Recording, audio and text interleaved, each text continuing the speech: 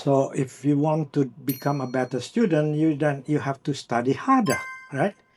You cannot become a better student by doing the same thing. So you have to change, and by changing, you get better and better grade.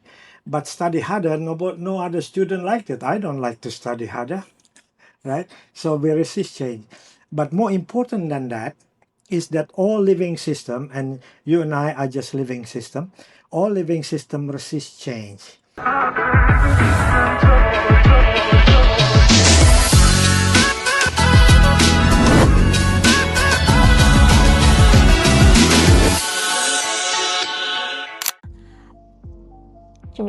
Hello, Grace. Hello. Good to see you. Good to see you too.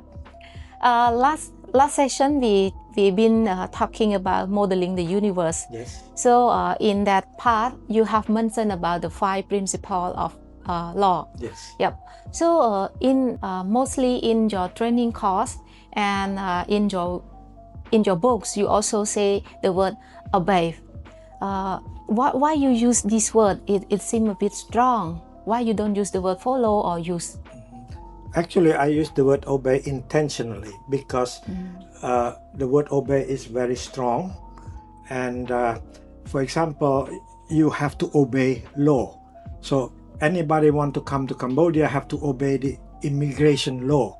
Not follow, but obey the law of immigration.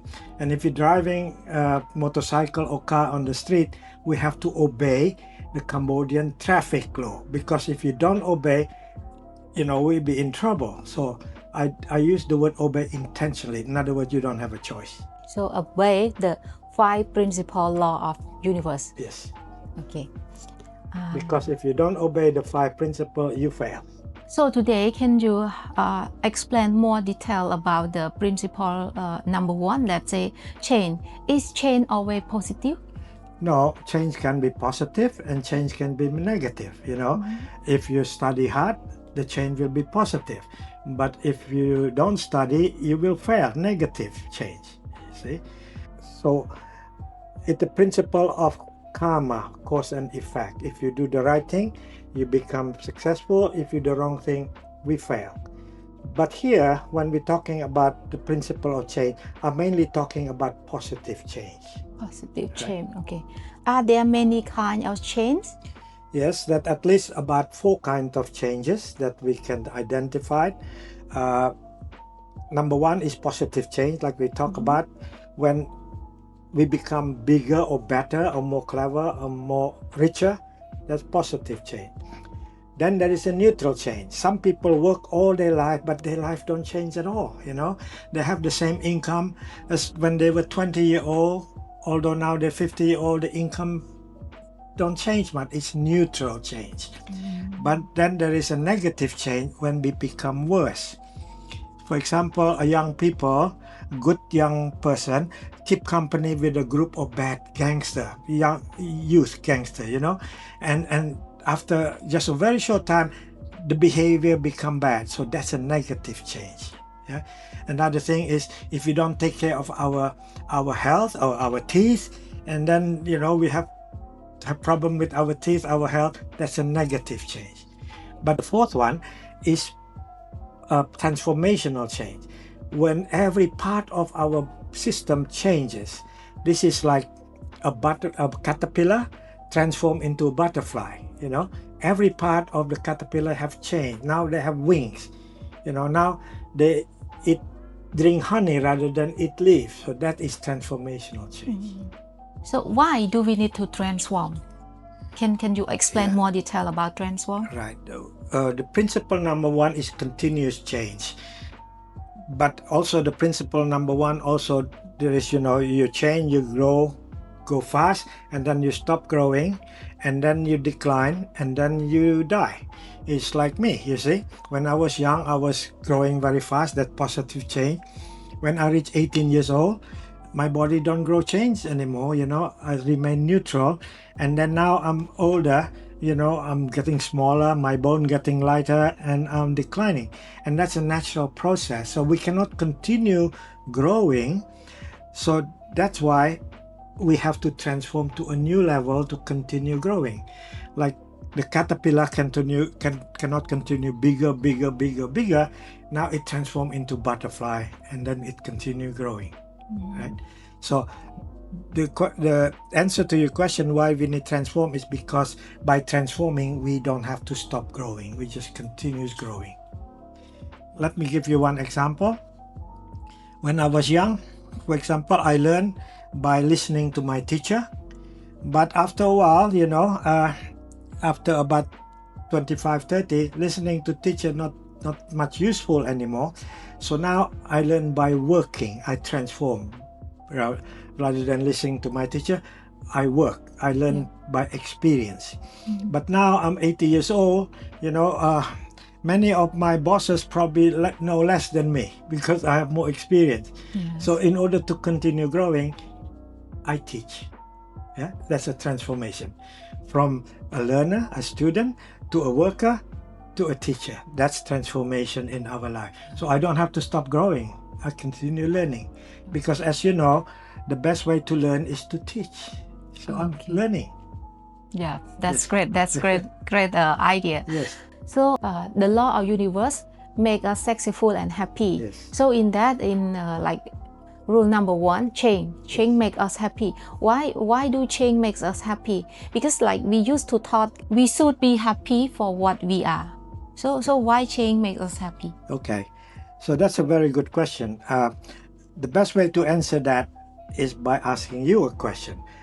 Can you be happy without change? You see? No. If Yes. I'm still the same, I'm not happy. Yes, even students, if they stay grade 4 for 3 years, they're not happy because they're not changing. And if we make $150 a month 20 years ago, and right now we're still making $120 a month, we're not happy, right? We need to change, we need to improve. So because the principle of change is to make us more and more successful. So by making change happy, we want to change more and more. Okay, right? I got it. So that is very important because change, positive change, motivate us to do more. We want to do more, right? Yes. So that we continue improving ourselves. Okay. Yep. Thank you. If change don't make us happy, then just why you change? Okay, thank you. So why people resist to change, or like why people don't want to change? Yeah. Well, because to change, we have to do something about it, right? Yes. So if you want to become a better student, you have to study harder, right? Yes. You cannot become a better student by doing the same thing. So you have to change, and by changing, you get better and better grade. But study harder, no other student liked it. I don't like to study harder, right? So we resist change. But more important than that is that all living system, and you and I are just living system, all living system resist change. Why? Because for example, when a sickness comes to our body resists the change. We don't want to be sick, right? So all living systems have the duty to resist change. Sometimes even good or bad change, they don't make a difference. Any change, they don't like to do it because change involves pain. For example, a very good example is a young man who wants to get married. But when the girlfriend said, okay, let's marry, he said, I'm not ready yet. Why? For a long time he wanted to marry the girl, but now the girl said, I marry you. He don't want to marry. Why? Because in order to change from a bachelor to a married person, he have to have more responsibility. And responsibility is painful, right? Yes. The same with business, right? So a business not making money, they know that to make more money, they have to change. But they resist change. Why? Because to change, they have to spend more money. And that's painful, right? Yeah. So it means like change, we have to put the big effort. Yes. Right? So have to put big effort. It means we have to work harder. Yeah. But we don't have a choice. If we want to change, we have to accept the pain. Okay? Yeah. If you want to get married, accept more responsibility. Full stop. Yes, correct. So add on to all this, we've been talking last time about stress also. Yeah. Okay, so for this change, it means we keep doing, we keep learning, we keep improving ourselves, persistent, or we can say doing new thing from day to day. So it make us happy. Yeah. And it will change ourselves from day to day. Right. Yeah. Let's say we want to have a very good health or very shaped body. Right. We have to work harder for That's that. right. So pain is sometimes pain indicates that something is not right. When we have a headache, it's just our body telling us do something about it. Something is not right. And stress is the same. There's a lot of stressful people in the world now. Stress happens when we know we should do something or we should not do something, and we do it or we don't do it. So stress is just telling us you should do this, but you're not doing it. So in order to remove that stress, the pain, you have to change, do something about it, and then the stress disappears. So for all this stress, come back. So for the stress, you see, I can see the small kid also have stress. Actually, they don't have much responsibility, but they also have stress. Can you help explain a little bit about that? Is it possible that the kid also have stress? Oh yes, but less than us, because most especially little children, they don't know they're doing something wrong. They think just, I'm doing what I'm doing. Because they don't know they're doing something wrong, they have less stress than adult people. But little children usually stress are most physical, they have a stomach ache or something. That's also stress when something is not right, need to be changed. Right? And as they grow older and older, they have more and more stress because they should study. Instead of studying, they're playing with the mobile phone and they got stress. And as we get older and older, we have more and more stress. But we have to know why we are stressful, what caused this stress, and we have to change. That's why change is so important for our happiness, for our health. When we are painful, like backache, headache, it's our body telling us change now. You're not doing it right. Thank you for this. For the kid, normally most parents, even though me myself also think the kid also got stressed because maybe they study from the morning until nighttime, and some have extra class, and they have only 1 day a week for relax. It's different from our generation. When we was young, we only study in a half day in the morning, and afternoon we can enjoy around. But the kid nowadays, they don't have especially the kid in the city. They only in the morning wake up and then prepare to go to school, and then they're we can say okay, they're locked at school for a whole day and come back home.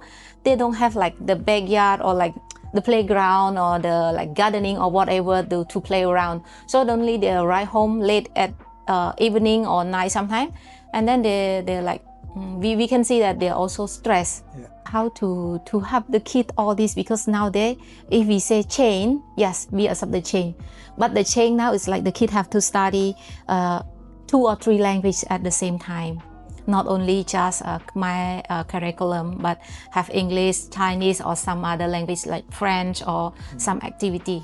But then we feel the kid lost some of their childhood around their life. Yes. Yeah, so we noticed that the kid got stressed. Can you help? I've been, as you know, I love education. I've been involved in education most part of my life. I actually disagree with having children continue learning, whole day. The best education in Europe is Finland, and yet Finland have the least study hour every day. The least. Yeah, the least, yes. Why doing the least study make Finland have the best education system? It means that studying alone is not making making them a better student. Education is about life, not about classroom.